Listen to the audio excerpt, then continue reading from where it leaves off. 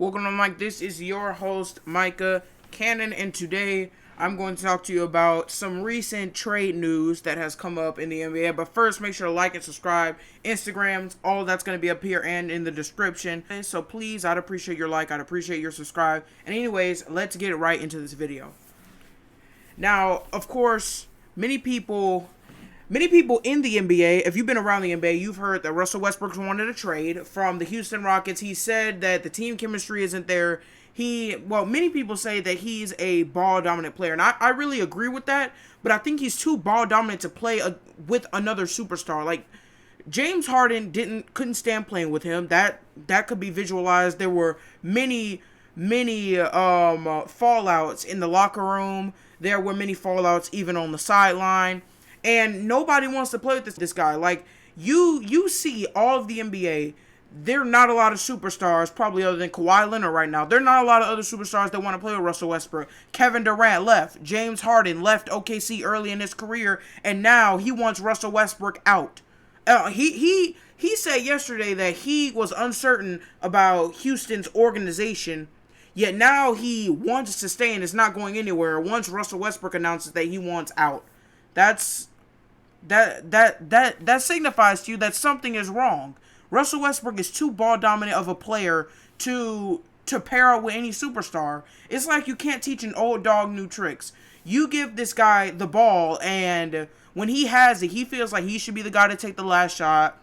He should be the guy to handle the ball all the time. He should be the guy that the team depends on, and he really is not that guy, but he only thrives and he wants a team. He doesn't want to be a supporting cast. He wants the team to be built around him, and that's good and bad at the same time. It's bad when you're not efficient like him. It's bad when you don't have a three-point jump shot. It's bad when your jump shot is literally one of the worst among all the point guards in the NBA.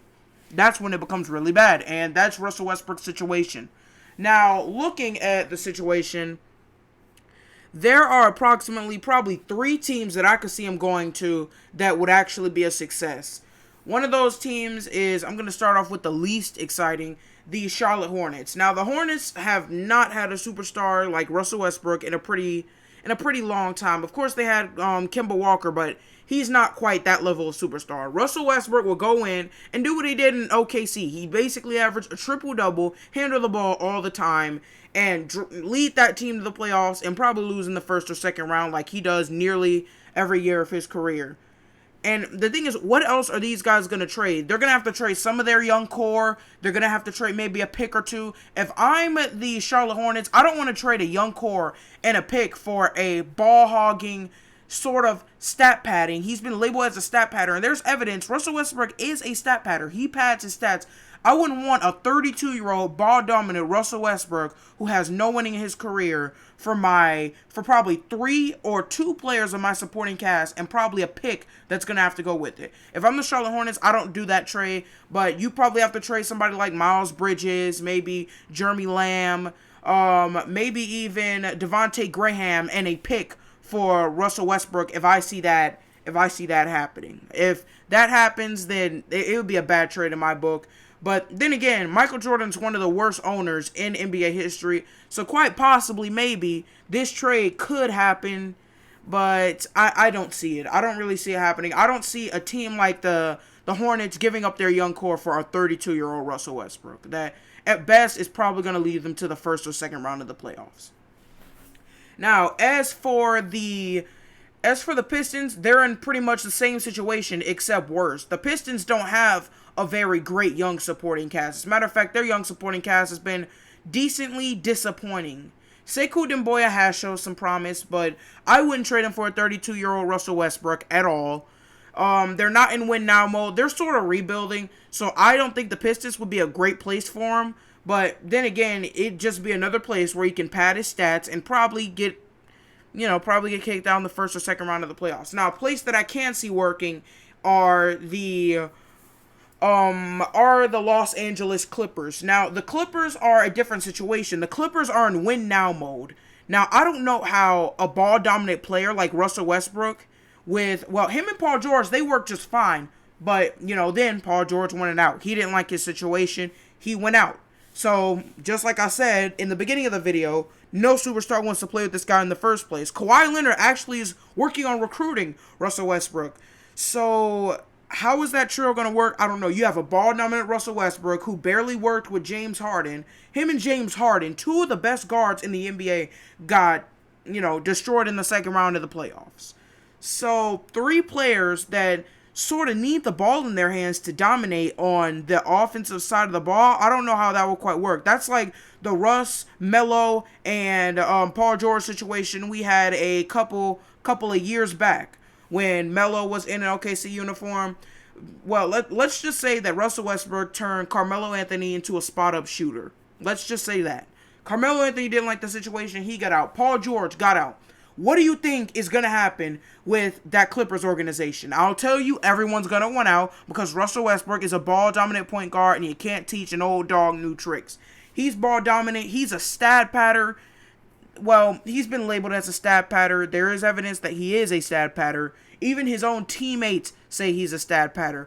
They say that, not they, but of course, Eric Gordon, he got really, really mad with his, with the team not really needing him as much anymore. Same thing happened with Austin Rivers. He was mad with his role.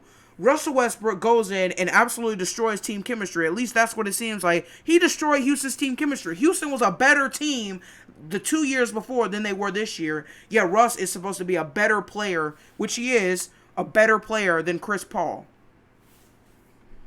The difference is Chris Paul is a leader and doesn't quite need the ball in his hands, while Russell Westbrook, he's a leader, but he's a leader in a different way. It seems like he's more, at times, it seems like he's more fixed on individual success than team success. And that's not good when you're talking about one of the leaders on your team. That's the thing with Russell Westbrook. That's one of the worries I have about him. Is he just too ball dominant? Can he partner up with anybody? Can he change his game to possibly win a championship? We don't know that, but the best situation, honestly, is probably the Clippers. I could see them trading, maybe Paul George, maybe Lou Williams. They'd have to trade somebody of high value for Russell Westbrook. Same thing with the Pistons a little bit back. Their trade, they don't really have anyone to trade. Their best bet is Blake Griffin in a pick because Blake Griffin is he might still be an all-star caliber player. He made an all-star game approximately 2 years ago. This year set out with a lot of nagging injuries. But anyhow, I think that Clippers deal is going to be the best trade possible for a player like Russell Westbrook. At least he can go in somewhere where they're in win now mode, where they at least have a chance at winning a championship. And of course, the Clippers might be looking to mix things up. They might want to sell more tickets. Because the NBA, not every team is looking to win. The NBA is a business at the end of the day. And a team like Phoenix, a team like the Pistons, a team like the Knicks, teams that aren't really contenders might want to pick up Russell Westbrook just to sell some tickets. People might want to see Russell Westbrook play. Who knows? But I just, as far as winning goes, I think that the best situation for him is LA, the Clippers. Though that team's just the best situation, even though I don't see that quite working out. I think Russ needs his own team. I don't think he'll ever win a championship simply because of his play style. That doesn't fall on him, though. He's still a great player. But anyhow, that's it for the video. Thank you for watching. Make sure to like and subscribe. Again, that will all be somewhere over here or over there or there. But anyhow, thank you, like, and subscribe. Thanks for watching. I will catch you on the next episode, which is probably going to come out Wednesday. Thank you for watching.